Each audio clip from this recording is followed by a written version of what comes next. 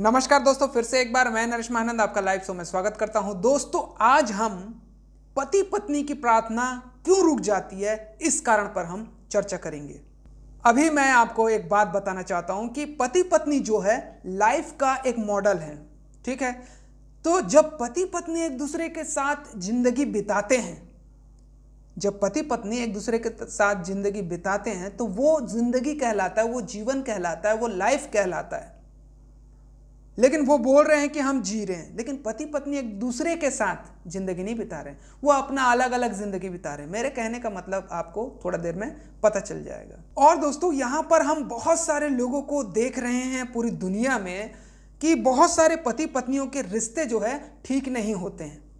हर समय तू मैं खींचा तनाव होते रहता है। बहुत सारी बातें हैं, वो रीज़न क्या है उसके विषय में हम बाद में बात करेंगे, या फिर उसका एक अलग सब्जेक्ट हम बनाएंगे, है ना। तो ये पति पत्नी के बीच में तू मैं होता रहता है, रिश्ते खराब रहते हैं। बहुत सारे लोग बोलते हैं इस बात को, यहाँ तक कि आपके रिश्तेदार भी बोलेंगे कि ये दोनों पति पत्नी का जमता नहीं है, इसकी पत्नी तो ऐसी है, उसका पति तो ऐसा है ना, और दोनों का पड़ता नहीं है। यहाँ तक कि पड़ोसी भी अपना मुंह खोल देते हैं, बोलते हैं वो पति पत्नी के बीच में नहीं पड़ता है, वो तो ऐसी है, वो तो ऐसा है, वो तो उसका बात सुनता ही नहीं है, वो उसकी बात सुनती नहीं है।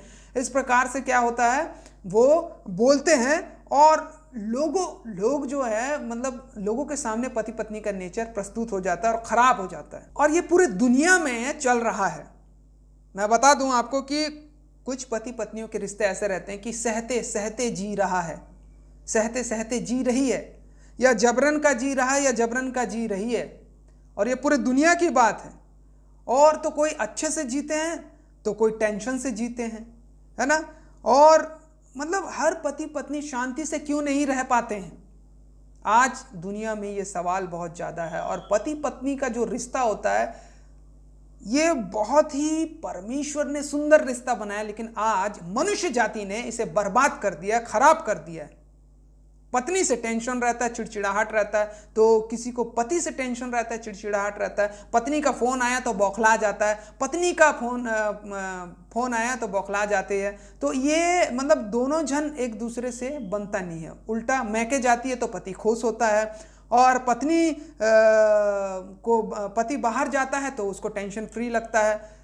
तो ये मतलब जो पति पत्नी का रिश्ता रहता है ना, उसको पति पत्नी नहीं खराब करते हैं, उसको पति पत्नी नहीं बल्कि तीसरा व्यक्ति खराब करता है जो आपके साथ रहता है, चाहे वो रिश्तेदार, परिवार या कोई भी क्यों ना हो।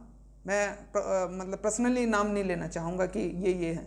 तो कोई भी रिश्ता पति पत्नी के रिश्ते को खराब कर सकता है, चाहे वो अफेयर हो, चाहे वो और भी रिश्तेदार परिवार हो, कुछ भी क्यों ना हो। तो पति पत्नी के रिश्ते को कौन खराब करता है? तीसरा। एक और दो, एक से भले दो होता है लेकिन दो से भले तीन कभी नहीं होता है। तो वो जो है वो रिश्ता खराब कर देता है। ठीक है, शादी के बाद असली प्रॉब्लम शुरू होते हैं, चाहे वो फाइनेंशियली हो, चाहे वो रिलेशनशिप के बीच में कुछ भी बातें क्यों ना हो। हर पति पत्नी के बीच में खिटपिट लगा ही रहता है, पूरे दुनिया में, पूरे लोगों के पास, है ना।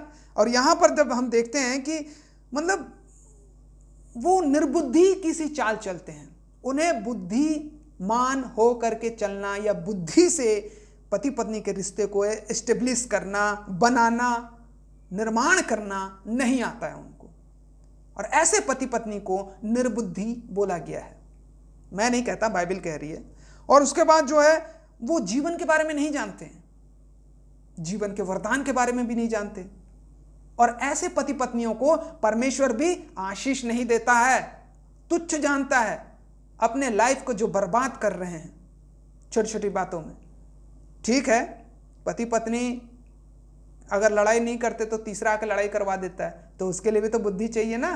तुम्हारी पत्नी सही है कि नहीं, तुम्हारा पति सही है कि नहीं, इस सिचुएशन में कैसे करना चाहिए, हैं। अब तुम्हारी सास जो है, तुम्हारी माँ जो है अपनी बहू के लिए ये बोल दी, तो पति जा करके भड़क गया। अब पत्नी को कभी कभी बाहर वाले बोल दिए कि तेरा पति ऐसा ऐसा करता है, तो वो भड़क गई।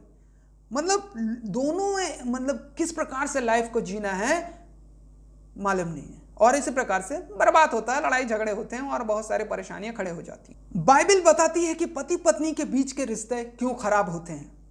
तो यहां पर पहला पत्रस हम देखेंगे, पहला पत्रस उसका 3 का 7 में देखेंगे कि परमेश्वर की शिक्षा क्या है और किस प्रकार से जीने के लिए बोला जा रहा है। यहां पे लिखा हुआ है वैसे ही है पतियों, वैसे ही है पतियों, यानी कि पति को आज्ञा दिया जा रहा है यहां पे, तुम भी बुद्धिमानी से पत्नियों के साथ जीवन निर्वाह करो। तो उससे पहले पतियों को तो बोला गया, लेकिन पत्नियों को क्या बोला गया था। यहाँ पे पत्नियों को हम देखेंगे कि यहाँ पर, हाँ देखिए, पत्नी के मतलब पति के अधीन रहो। शुरुआत में हे पत्नियों, 3 अध्याय का 1 पद में यहाँ पे लिखा हुआ है, हे पत्नियों तुम भी अपने पति के अधीन रहो, इसलिए कि यदि इनमें से कोई ऐसे हो जो वचन को ना मानते हो तो भी भय सहित पवित्र चाल चलन को देख करके बिना वचन के अपनी अपनी पत्नी के चाल चलन के द्वारा खींचे चले आएंगे। मतलब सबसे पहला स्टेप है पत्नियों का कि पति के अधीन रहना, और फिर उसके बाद जो है पतियों का सबसे पहला स्टेप है कि बुद्धिमानी से पत्नियों के साथ जीवन निर्वाह करना, किस प्रकार से जीवन जीना है, जीवन शैली।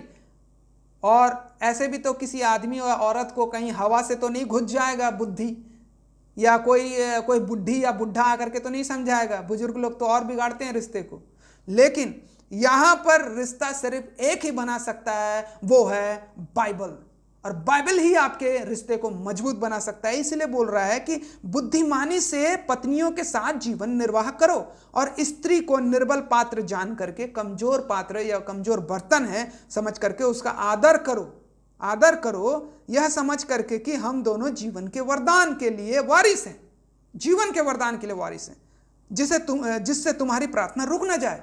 यहां पे हमारी प्रार्थना जो है क्यों रुकती है, कारण क्या है, हमारी प्रार्थना रुकने का कारण क्या है, हमारी प्रार्थना क्यों रुकती है। यहाँ पे इसी बात को बोला जा रहा है, जब पति पत्नी के रिश्ते ठीक नहीं रहते, उनकी बुद्धि ठीक नहीं रहती, मूर्खता रूपी जीवन जीते हैं, हर एक प्रकार के लड़ाई झगड़े गाली गलौज, हर एक प्रकार के ईर्ष्या छल कपट मोह माया व्यभिचार सब भरा पड़ा हुआ है, तो कहां से प्रार्थना जाएगा परमेश्वर के सम्मुख। ये प्रार्थना रुक जाती है, और फिर उस परिवार का, उस पति पत्नी का सत्यानाश हो जाता है और उन्हें आशीष नहीं मिलती है। तो हमारे प्रार्थना रुकने का कारण क्या है, 3 कारण हैं जो कि हमने देखा यहां पर, और वो है कि पहली बात जो है, हम में बुद्धि की कमी है। दोनों पति पत्नी के अंदर बुद्धि की कमी है, निर्बुद्धि कहलाते हैं। बुद्धि चाहिए तो वचन को पढ़ना पड़ेगा, सीखना पड़ेगा, समझना पड़ेगा, चाहे वो अनपढ़ गंवार पति पत्नी भी क्यों ना हो, वचन से सीखना पड़ेगा।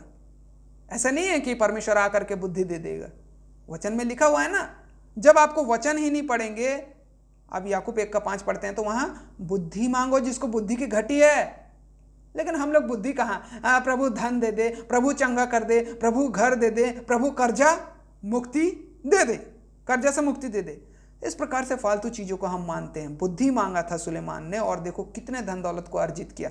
लेकिन यहां पर हमें बुद्धि मांगना है पति पत्नी के रिश्ते को ठीक से बिताने के लिए, और एक दूसरे के प्रति हर समय आदर करें, अपनी पत्नी का आदर करें, अपने पति का आदर करें, मान सम्मान करें, कभी भी उससे टेढ़े मुंह बात ना करें, कभी भी उसके फीलिंग को हर्ट ना पहुंचाएं। और उसके बाद हमको क्या समझना है, पति पत्नी हम दोनों जीवन के वरदान हैं। ये जीवन का एक वरदान मिला है हमें कि इस रिश्ते को हमें परमेश्वर की ओर से जो दिया गया है उसे निभाना है, उसे निभाना है। हम इसके वारिस हैं, जीवन के वरदान के वारिस हैं, यह समझ करके हमको जीना है, और तभी हमारी प्रार्थना परमेश्वर के सम्मुख चले जाएगी। यही बात रोकती है हम दोनों पति पत्नी के बीच में प्रार्थना, मतलब पति पत्नियों के बीच में यही बात के कारण से प्रार्थना रुक जाती है। तो दोस्तों, इस वीडियो से हम यह सीखते हैं कि पति पत्नी के बीच में प्रार्थना, जो प्रार्थना होता है वो क्यों नहीं पहुंच पाता है, हमारे ही रिश्ते के वजह से। परमेश्वर देखता है ना, और धर्मियों की प्रार्थना सुनी जाएगी बोलते हैं, लेकिन हम कहाँ धर्मी, हम तो अधर्मी कहला जाते हैं, हमारे रिश्ते ही ठीक नहीं है, और तुम बनाने चले हो परमेश्वर से रिश्ता। तो परमेश्वर उन्हीं लोगों का रिश्ता स्वीकार करता है जिनके रिश्ते ठीक हो। तो रिश्ते को हमको ठीक करना है, और वचन को पढ़ना है, और उसी के अनुसार चलना है। तो इसी प्रकार से नए नए वीडियो के साथ हम आपके पास आएंगे। तब तक के लिए हम आपसे अलविदा लेना चाहेंगे। परमेश्वर आप सभी को आशीष दे। नमस्कार, गुड बाय।